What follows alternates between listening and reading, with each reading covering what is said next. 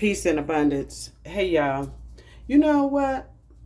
I'm going to say this because I had to redo this because I listened to myself and I'm like, wow, I didn't realize how much I stuttered. And you know what? I used to not stutter like this. I'm telling you, they have done some things to me where don't want me to talk, don't want me to get out what I should be getting out. Y'all, when they say stop telling these family secrets, they're saying a lot of times stop talking about these generational curses. They want to keep these generational curses going, y'all. There is generational curses constantly continuing to go because nobody is opening up their mouth. They knew who I was before I knew who I was. I have always been a tattletale. They've even labeled me as a tattletale when I was, younger. So they've always known who I was. You heard me? And there is pedophilia in our family. There is I can't even say it, promiscuous. I can't even say that.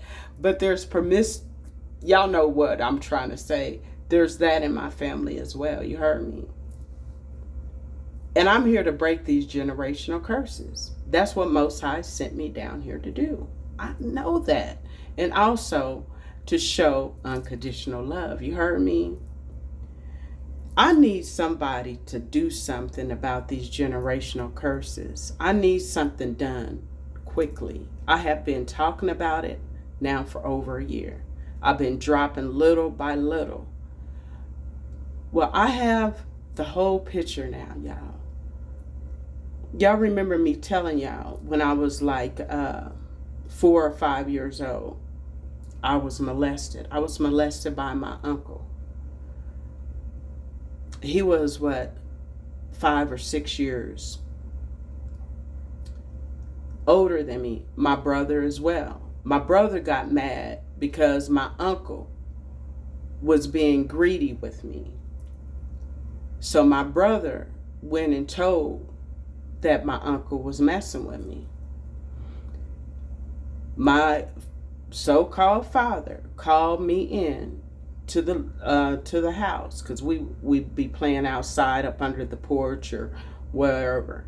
But now remember, I'm 4 or 5, but I remember this. He called me into the house and asked me about it. And I said, yes, sir. I said, yes, it has happened.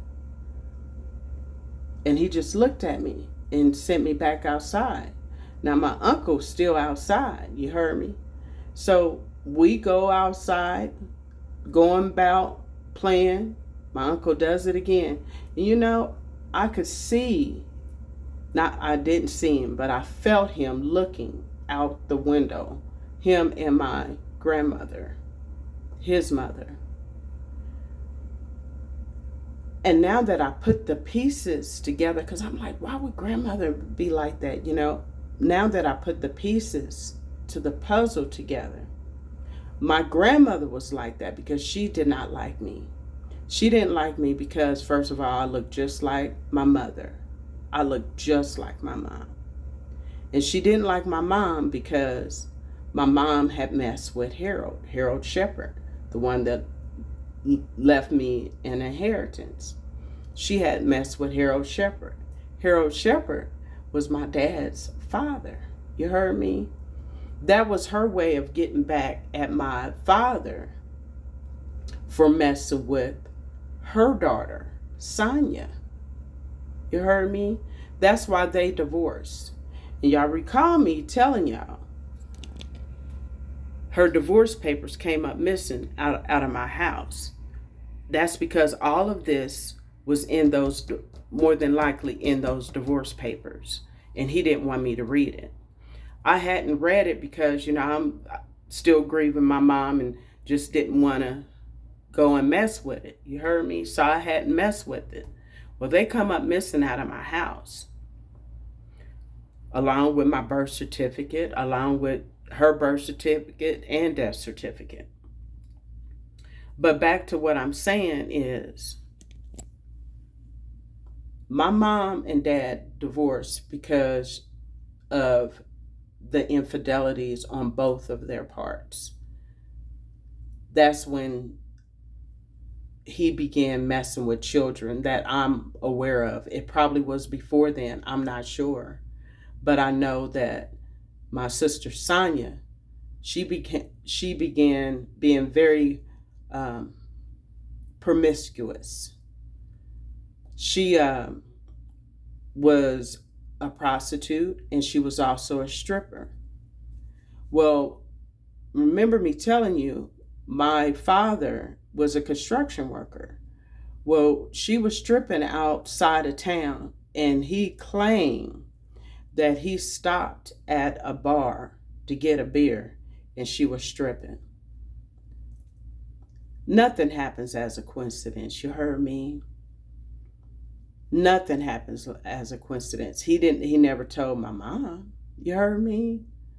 So that tells me basically that they probably were still messing around.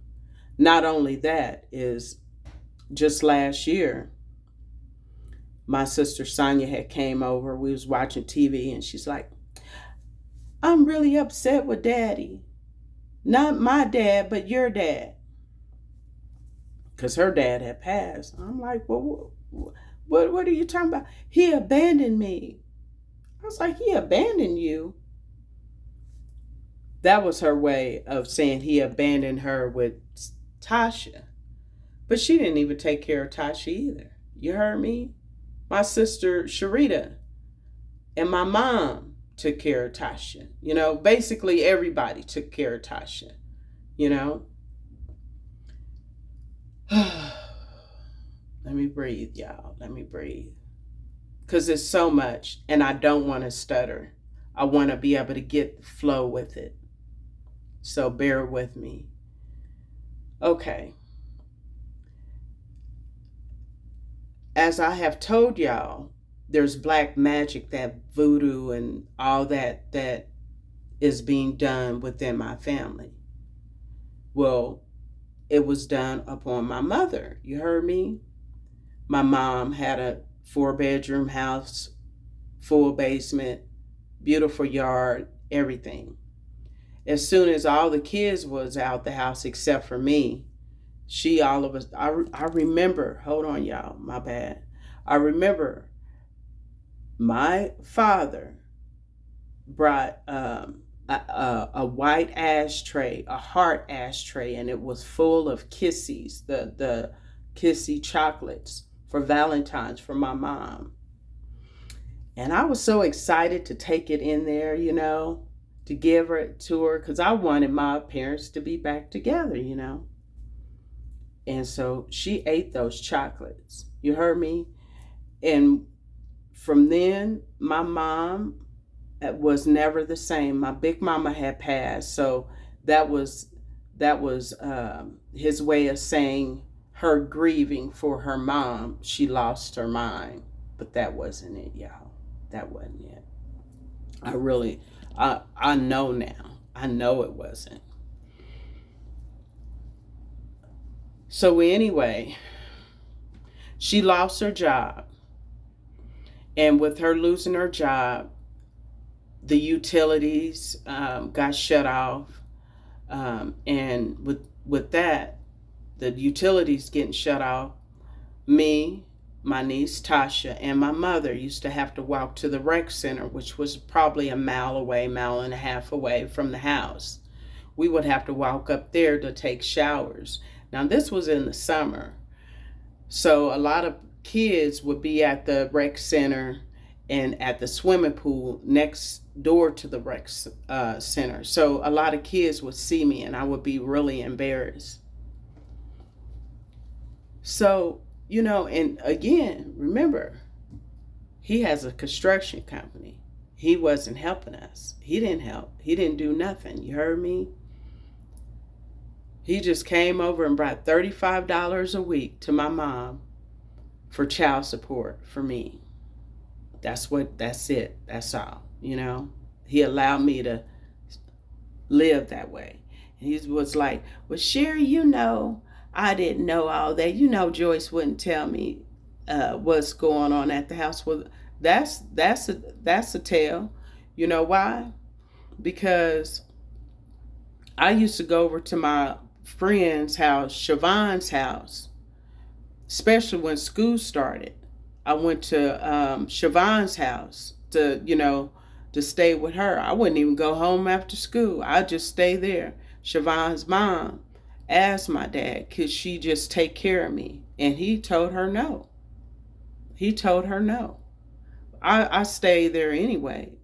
But that was his way of making me suffer too because of what my mom did, you know? Okay. So, anyways, my mom lost that house. We got we was moving here and there and here, there and here. So that's when I got a job at age 15 to pay rent. I did that for about like 9 months, close to a year, until she had another breakdown and she had to go to the hospital, or she got put in jail because my mom would, my mom used to fight. She would fight. You heard me? And I remember my sister, Missy, was going to Highland Park, and my mom had to go to the 7-Eleven because the worker called my sister a nigga.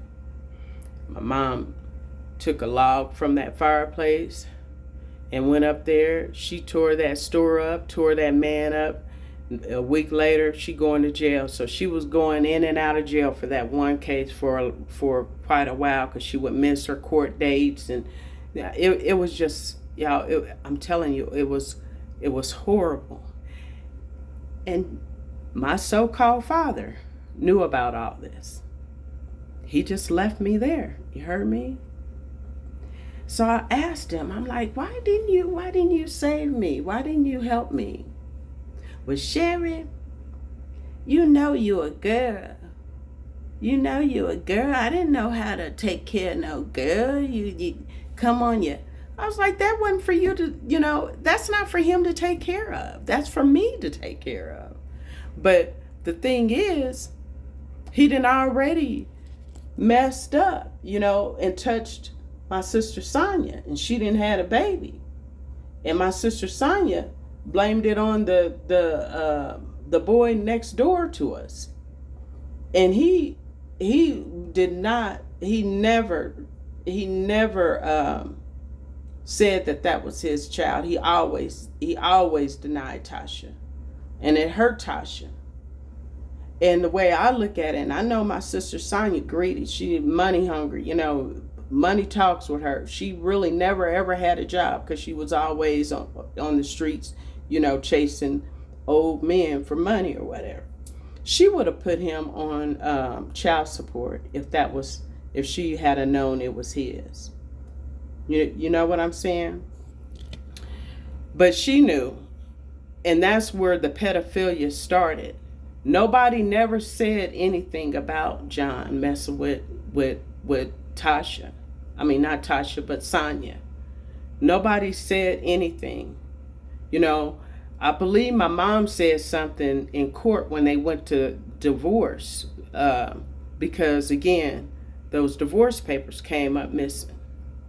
He made sure they came up missing out of my house. So, fast forward, my nephew, my brother's son, when he was, getting clean, because he was on drugs. All the boys, have been on drugs. All of them. Excuse me. And I think that is because of what they had to deal with. Pedophilia. That, I believe they all been messed with. I really, truly do. But he was getting clean. And with him getting clean, he's trying to bring stuff up so he can heal. You heard me? So he was talking about it. He was telling us about um, John messing with him, at being young and messing with his girlfriend too. His girlfriend come up dead. You heard me? She committed suicide. I believe now that I'm here and I'm, putting all the pieces to the puzzle together. Who's to say that wasn't black magic? Because as soon as she went back, she went to Kansas for a court regarding this pedophile and all this stuff with her kid, and went back to Arizona and then came up dead, committed suicide, OD or whatever. Well, anyway, Chris, my nephew, he had 2 boys. And those boys, when they were young, they were boys. You heard me? They were boys. They played on the bikes, pop wheelies, would climb up trees, did all kinds of stuff, just all kinds of stuff. Then all of a sudden, now they all finicky and girly acting. Angel even got hips, like he's a girl. You look at him, you could see hips, like rounded hips. You heard me? And he was more of a boy than Caleb. He was like a daredevil. Nothing scared him. He was a boy. You heard me? Now he's all timid and shy, barely want to talk. And I'm telling y'all. And they need to do something about this. I'm saying this because I'm hoping that the investigators hear this and y'all do something. Because there was a child protective order, but it was against Chris. At first it was against John, but John flipped it on Chris. And he flipped it on Chris because I told Chris, you need to take care of your kid. You need to take care of your own kid. And I said, if you with somebody that don't want him around, then they ain't the one for you. If they can't do right by your babies, they ain't the one for you. So he went and got his kid. Don't you know my so-called dad he was mad at me. He's like, you sure upset me when you told him to come get that boy. I raised that boy. And I think he was probably about 6 or 7 at that time. But you know what? He was, now that I'm thinking about it, I took his booty out of the house. You heard me? I took his booty out of the house. Y'all need to do something. When I start coming into my awakening, Most High told me about my cousin Tiffany, that he had touched her inappropriately. I called my Aunt Louise. I said, do we have somebody in our family named Tiffany? Because I haven't met them. I haven't met Tiffany. She's younger than me.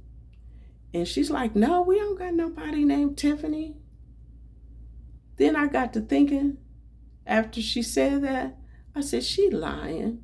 Because I remember my half-sister Donnell used to talk about Tiffany. So they've been covering up for John forever, his sisters. I believe Topeka is covering up for him. The whole city. They know what's going on. Like those CPS people, they know what's going on. They shouldn't have gave him back Caleb. They shouldn't have done that. And everybody knows. Everybody knows. Carolyn Shepherd knows. Everybody knows. And another thing, y'all, I have never heard of so many men getting ass surgery. There's a lot of that in Topeka, getting ass surgery. You heard me? I heard of one female that's done it. And it makes sense, y'all. I'm not even going to throw her out there, but it makes sense. I just wanted to say this because they know who I was. That's why they've been trying to get rid of me. They knew that I was a um, a generational curse breaker. They knew. That's why all the accidents that I done been in. That's why all the poison that I have consumed. Because they've been trying to get rid of me so I wouldn't let this stuff out, y'all. That I wouldn't let this out. Me like having that little stutter. I remember I used to be, how you played the dozens. I was good at those dozens. I was quick. And now I'm like stumbling over my words. It trips me out. But I believe the more I get this stuff out, the more I'll be able to talk. You heard me? I'll be able to talk. Just like now, I feel like I'm doing better. But the first video I had made, y'all, I listened to it. I'm like, oh my goodness. Because they don't want me to get this stuff out. Y'all need to investigate John. Y'all need to investigate him. I'm telling you. He even had a gay construction worker coming in there with little short dresses and nails done and everything. Ugly, big old tall white man. You heard me? And another thing, speaking of white, I believe John is in with the KKK. I really, truly do. First of all, his legs is just as white as a white man's, okay? He's a construction worker, so the rest of his body is dark that's exposed to the sunlight. But if you look at his legs, but mainly his legs, but his arms is real light too, but his legs is like white, like a white man. He had a restaurant called Run Pig Run. And I remember he had a card from the KKK people where it's like a threat, and he left it in the restaurant. I used to work that restaurant too, so I know about this, right? But that was his way of getting free advertisement because it'd be on the news. It'd be on the news and all. He did it again at Love's Fish Market. Now, it was on the news. I don't think it was on the news at Run Pig Run, but it did make the news at Love's Fish Market, And then now that I think about, all the people that the gang stalking, how they was riding around my house and all that, it'd be those KKK members, y'all. It'd be the KKK members that be following me in the stores and all that. You heard me?